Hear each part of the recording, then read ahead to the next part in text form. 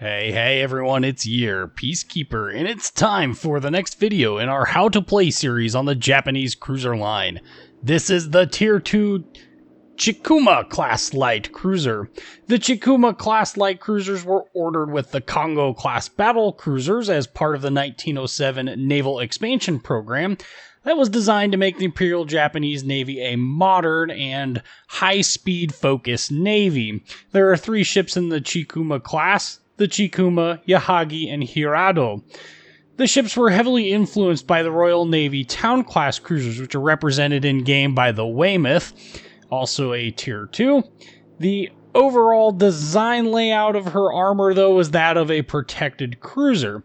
The ships were unique in the Japanese Navy because their armament was uniform. They had the same caliber of main battery guns, which was unusual for cruisers at that time, which usually had mixed caliber main batteries.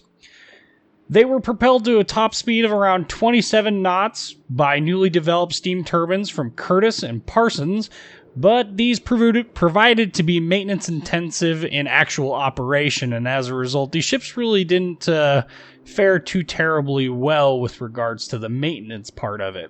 In terms of service history, all 3 ships participated in World War I as part of the Allied war effort. Chikuma would pursue the German East Asia Squadron as well as hunt for the SMS Emden and prevent her from being a successful commerce raider. Chikuma and Hirado would be used to protect merchant ships bound for Australia and New Zealand from German raiders, and Yahagi basically spent her time acting as a training cruiser and also as part of merchant protection. In terms of their in-game play style, as far as Tier 2 cruisers go, she's a pretty well-rounded cruiser. She has very usable HE and AP with decent range and plenty of guns to deal damage with. This is in stark contrast to some of the other Tier 2s like the US Navy's Tier 2 Chester, which is an absolute joke in this game.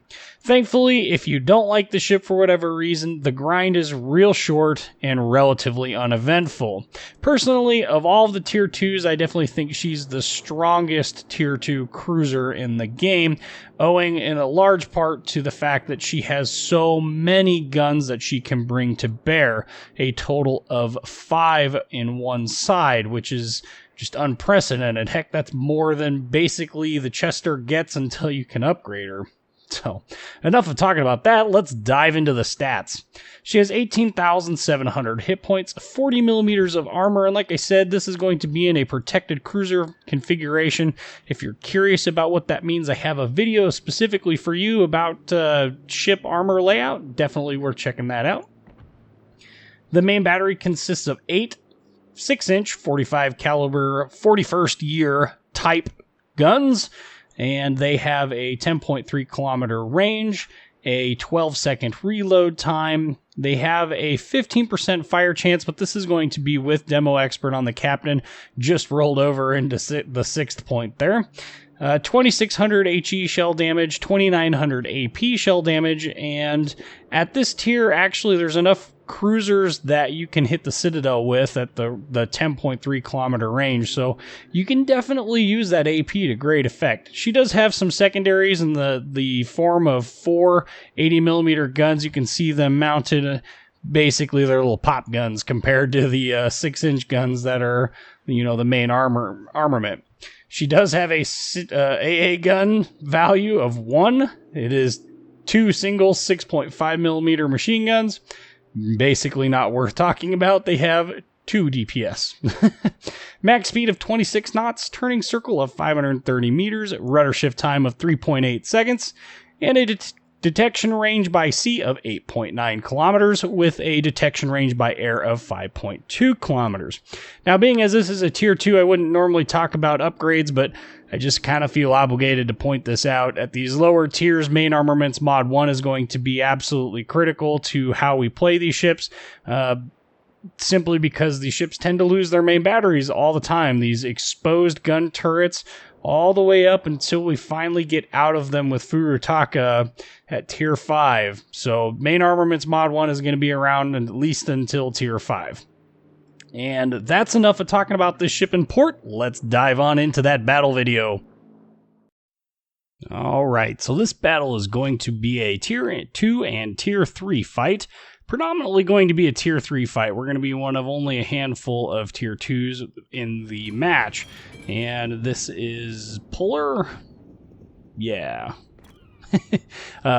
Very interesting map. It does highlight a couple of the things that I do actually enjoy about these lower tier matches, and that's the fact that the battles all happen at a very short range, and that short range can make for some fun and interesting things. This battle, we're going to see a lot of destroyer hunting. You're going to get to see the opportunity of that HE to do damage. Tried to get some AP thrown in there, but unfortunately not too many ships presenting broadsides really to show you the strength in the AP at this tier, but you take my word for it. If not, test it yourself. That's always a good that's a good idea anyway. You should go ahead and test that yourself, not just take people's word at face value, but it is the AP is pretty usable. It is definitely usable. It's definitely not something I would ignore anyway.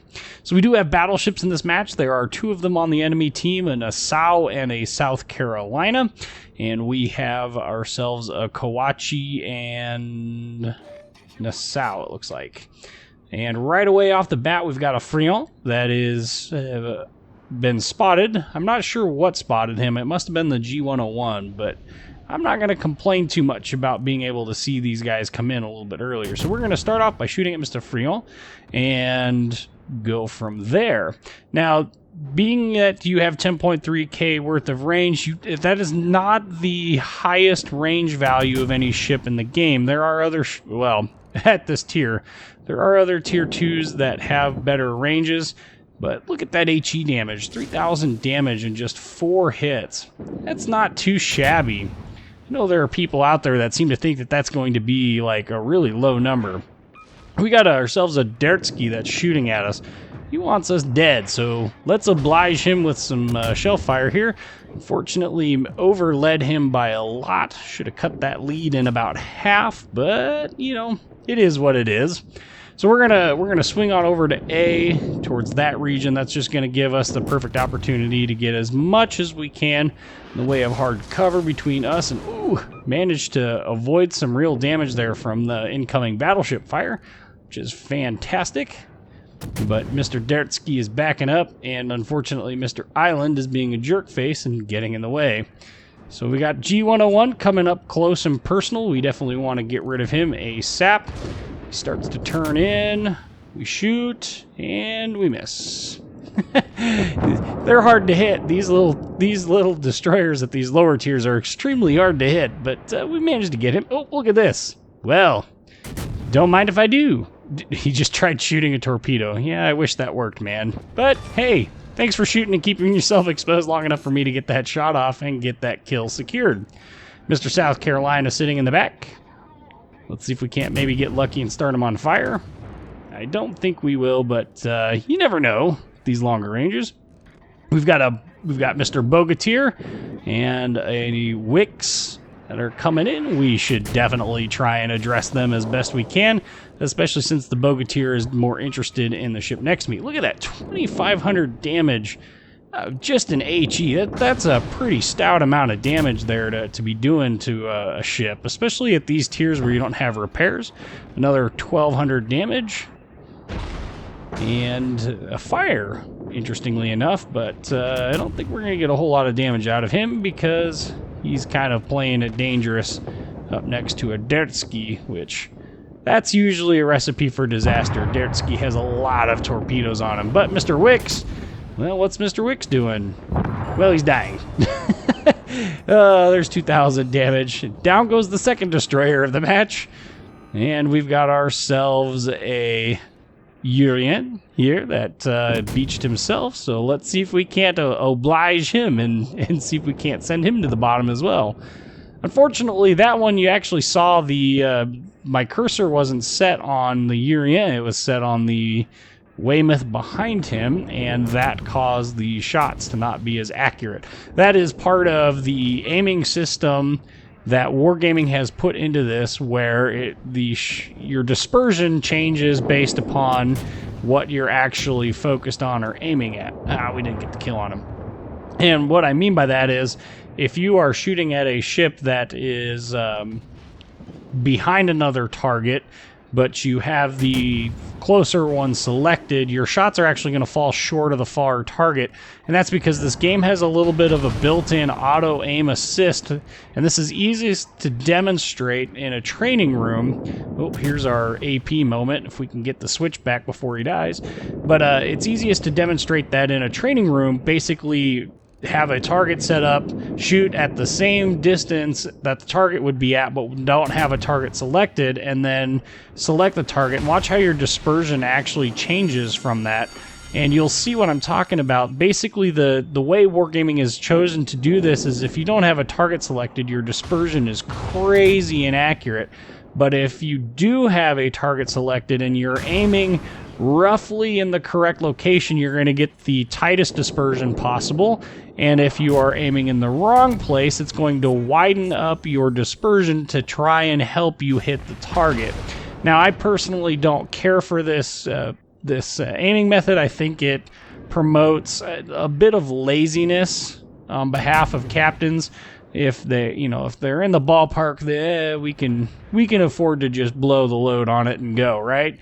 Well, I personally think that the game would be better served if they would actually promote skill and give me the tightest dispersion possible, or at least give me the option to remove that dispersion enhancement, for lack of a better phrase, from the game, so that I can enjoy, the accuracy of the guns, or lack of accuracy of the guns, without Wargaming's assistance on the matter. But that's just me. I know there's a lot of people out there that much prefer to go ahead and have, that aim assist, which that's fine. I'm not faulting you for that at all. Don't think that I am. So here we are. We are currently headed back towards B now to see if we can't take out this Dertsky that's over here. We started that other one on fire. I have a feeling he's gonna... Yeah, he repaired that right away. Unfortunately, we found ourselves our friendly Bogatyr here, and I'm trying to get all reversed up and pray that he doesn't shoot me, but he does. Another 628 hit points. Thanks for blocking my way. Part of that's my... No, not part of that. A lot of that's my fault, because I should have been paying attention to where I was going, but it is what it is. And we are no longer being able to be successfully shot at by that Dertsky anyway, which is fine. We've got this other Dertsky here that we definitely want to try and take care of. We got shot out on him, although he disappeared. Oh, right over top of him. Well, we'll deal with him on the other side over here then. Keep him spotted. Stay on target. Stay on target. Fire! Oh, he survived. He's got probably, 2K left? Maybe 1,800 left? We did 826 to him or something like that. Well, we're going to see him again. In fact, we're going to see both those Dertskys again. So don't worry. If you thought that he was gone, he will return. Aha, we've been spotted. I don't know by what, but there's the Dertsky. Comes back around. Now we've left him with 331 hit points. Come on, guns. Quickly, before his rate of fire kills us. Well, apparently aim is not a strong suit. He shoots AP, but we kill him. Down he goes for our third kill. We're up to 31,600 damage. And we've got the other Dertsky now that is somewhere. And is most likely over there in that cap. So, yep, okay, so he pops up, and we shoot. Can we get the kill? And we once again leave him with very little hit points. Okay, we're going to go ahead and shoot and turn while we turn. Yes, got him. All right. And then the Nassau. What's left? Nope, nothing. So Chikuma really doesn't have anything special about her in terms of play style. She's very much just run and gun. So we got 4 kills, 33,201 damage, 1,084 base XP. There's the credits and the XP and the detailed report screen. Overall, not a bad ship. I think out of all the tier 2 cruisers, I think she's by far my favorite. And she's plenty strong in a lot of different areas. Anyway, I'm your Peacekeeper. Like, comment, subscribe, and thank you for watching.